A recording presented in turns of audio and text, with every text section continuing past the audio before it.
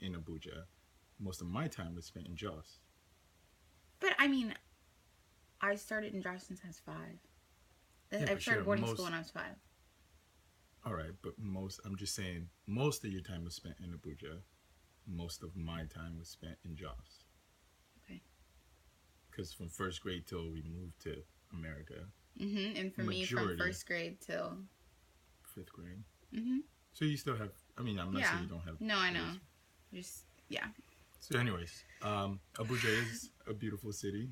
Yes, it's great. So what you're asking though about the how was that transition from Abuja to, first you moved from Abuja, Nigeria, to Orange County, Southern California. Who wrote that story? Right. Most people move to like Kansas, Kentucky, something to ease you in.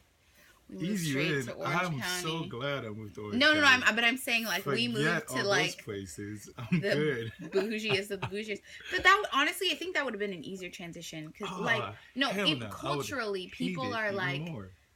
I know. No, now that you know something different, you hate it. But a lot of those places are culture, like southern kind of places, are very similar in some ways to Nigeria. People are.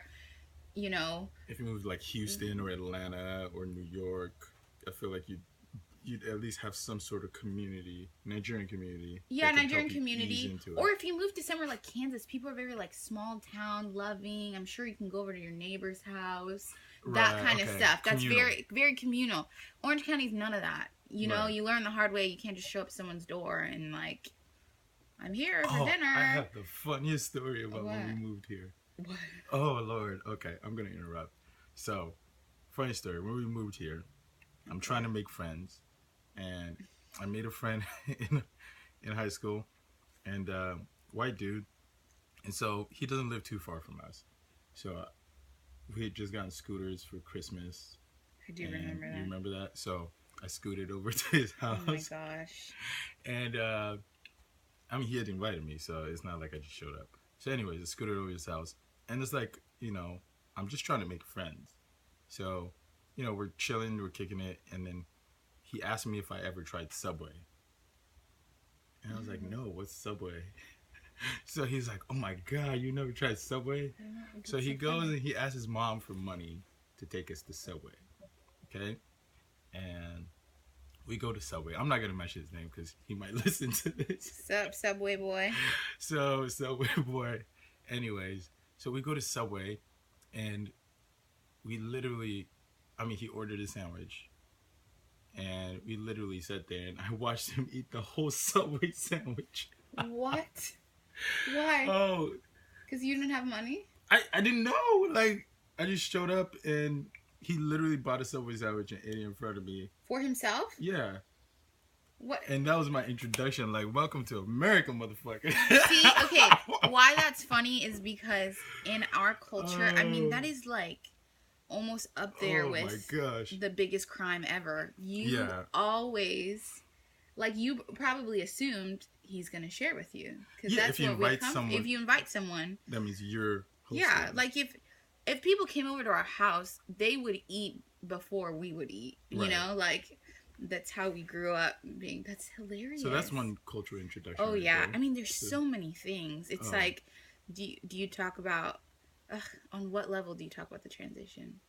There's so many. Start from the beginning. Like, what was it? I mean, at first, it was a vacation. We didn't know we were going to live here. That is very true. So, I didn't know I was going to move. It's so very like you said different. Bye to your friends. No, I didn't say bye to anybody. I'm like, I'll be back in 2 weeks. See you soon. Right. And so it's different, the mindset when you come, you're on vacation, Disneyland, like the culture is so fun to watch from the outside, kind of like, or you're just taking it in, and then the transition starts to settle in, and we were never like officially told now we're living here, or unless you know what I'm saying.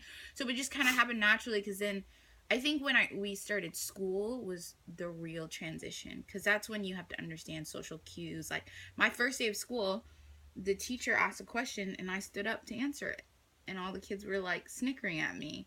But I grew up, you stand up or you get slapped. Like, it was respect, And then, and in the classrooms also where I began getting all the Africa questions, which I wasn't really even when we were first here on vacation, that wasn't really a thing, you know. Yeah. But when you're in class and people hear that you're the new kid from Nigeria, they start to ask about your pet lions. And I mean, I have so many stories of those kind of things. This one girl, in I was in choir, and we were in line going up for a show that we were doing, and she goes, "I've been wanting to ask you this," and I'm like, "Oh yeah, go ahead." She goes, "How are you getting used to the clothes and shoes?" Oh yeah, I've gotten that before. And I was like, I promise you, I'm not over exaggerating. I was so confused because I didn't know what she meant. She's, well, because I know, like, in Africa, you guys don't wear clothes and shoes, and I just wanted to see how you're, like, getting used to it all. And this is, we're about to go on stage and perform, and I was so shocked. So things like that started coming up in school. There's definitely the level of people having an idea of what African culture is, which is dumb because it's a whole continent.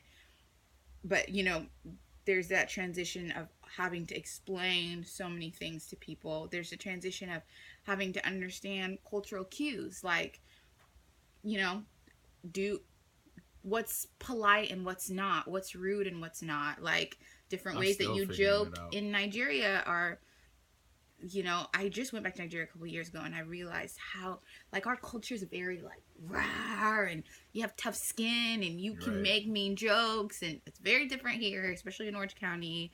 Like, your aunt will not hesitate. Nobody will hesitate to tell you you've gained weight. You're fat. Yeah.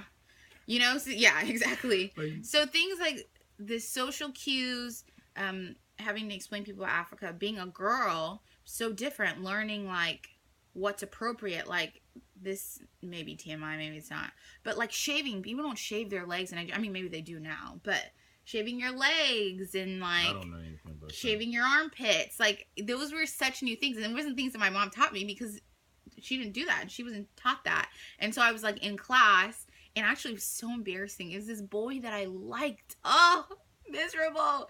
It was a boy that I liked that brought it up because I raised my hand to answer a question in class.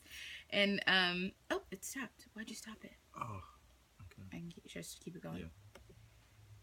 Anyways, I was saying, like, you know, just things as being a girl, like, you shave, and I had to learn that the hard way because this boy called me out in class, and deodorant, like, I mean, simple things like that. And things have changed. I'm not saying everything. Like that. No, okay, but, like, in boarding school, people weren't, it wasn't something the mom ever taught me, or mom ever did. You spray perfume and stuff. No, but even she didn't know. Like, I had to tell my mom a lot of stuff because back home we spray a lot of perfume on. Right. It's not that there's no hygiene. It looks different than here. Yeah. So, you know, and at 10 I'm too young to spray perfume, you know, in my parents' eyes, but then the girls in class are starting to wear deodorant. So that kind of stuff was hard transitioning. What else? That's interesting. I never knew that from a girl's perspective. Oh, there's so much from a girl's perspective. It's too much for this podcast. We'll do a girls Africa version one day. Yeah, even things, you're at the age where it's like boys and girls, and the beauty standard where I moved to all of a sudden is different. Like, the beauty standard is being blonde and skinny. Everything that I'm not, you know, like, and I thought I was a normal person. And then you come here. No, I know, but I know. I'm just explaining, like, I had no concept of any of that. And the timing, too, of when we moved here was, like, right when that started to become a thing. And, you know, middle school, everyone starts having crushes. And all the guys like the skinny girls and who are blonde. And everyone's like, wow, you have such a big butt. And I never even thought I had a big butt. Just, like, things that started coming up at that time and in that transition. Were pretty hard. And just being in a place, like, for a long time I was the only black girl in your class, in our entire school, till the Okarikis came, until my sister came, you know. And so, like, we started having dances, and the guys had a different standard of what was, like, the girl to ask, you know. So then you don't get asked, and you don't get considered, and then all of a sudden it's what? Both of my sisters won homecoming queen. Oh, I forgot. That's so funny. Take that. But oh my gosh, that's so funny. You know, actually, what was also an interesting dynamic is how a lot of those guys, and it's so weird, but a lot of those people had never even like really been friends with a black person. And it was weird because the dynamic became, because I was black, most of the guys would treat me as like they'd be like, "What's up, homie?" All the time. They would talk to me as if I was a black guy, which was so, I mean, just imagine being like a 13-year-old girl. It's like demoralizing because one, it wasn't anything I did. I just got put into a culture that just didn't appreciate my beauty and, like, you know, Black beauty. yeah, they didn't appreciate the black queen, which is funny because I think now with social media and things, there's just more attention being brought to what is beautiful about being black. But just kind of in that season in transition, it was super hard. And like the guy that you had a crush on, you wanted to ask you to the dance, would be like, "What's up, dog?"